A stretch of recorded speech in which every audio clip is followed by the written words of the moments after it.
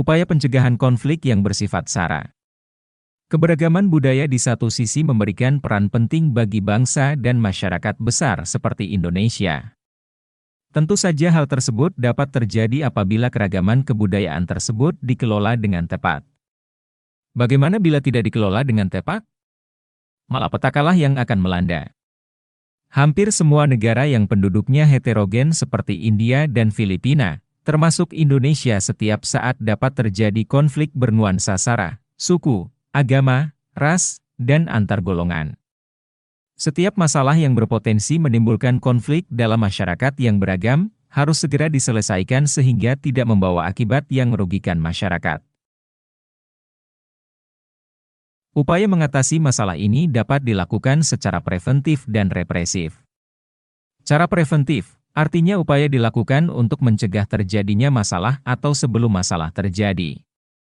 Hal tersebut dapat dilakukan dengan mengembangkan sikap toleransi, kerjasama, latihan bersama, dan sebagainya.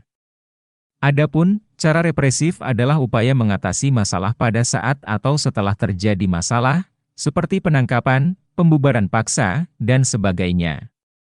Selain itu, ada cara kuratif, merupakan upaya tindak lanjut atau penanggulangan akibat masalah yang terjadi. Cara ini bertujuan untuk mengatasi dampak dari masalah yang terjadi. Misalnya, pendampingan bagi korban kerusuhan, perdamaian, kerjasama, dan sebagainya. Coba kalian diskusikan manakah yang lebih baik, mengatasi sebelum terjadi masalah atau sesudah terjadi masalah. Selain itu, upaya menyelesaikan konflik di masyarakat dapat juga dilakukan dengan mengembangkan sikap saling menghargai dan menghormati berbagai keragaman di masyarakat.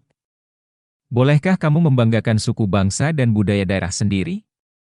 Tentu saja boleh, tetapi jangan berlebihan. Apalagi merendahkan budaya daerah lain. Sikap seperti itu dapat menimbulkan perpecahan. Sebaliknya, kamu harus menghormati dan menghargai budaya daerah lain. Hal ini dilakukan agar bangsa Indonesia menjadi bangsa yang kuat dan maju serta disegani oleh bangsa lainnya. Bangsa Indonesia mempunyai 3 kekuatan untuk mempersatukan bangsa, yaitu 1. Pancasila sebagai dasar negara dan pandangan hidup bangsa. 2. Semboyan Bhinneka Tunggal Ika.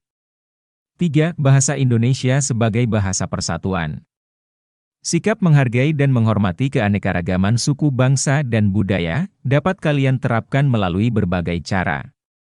Misalnya, tidak menonjolkan suku bangsa sendiri, tidak menjelek-jelekan suku bangsa lain, mau bergaul dengan teman yang berbeda suku, memberikan pujian terhadap keindahan budaya suku bangsa lain, menyaksikan pertunjukan kesenian daerah lain, dan sebagainya.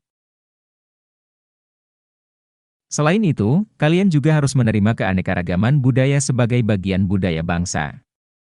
Misalnya, dengan mempelajari kesenian daerah lain. Jika hal itu kalian lakukan, berarti kalian telah menunjukkan sikap menerima keanekaragaman budaya bangsa.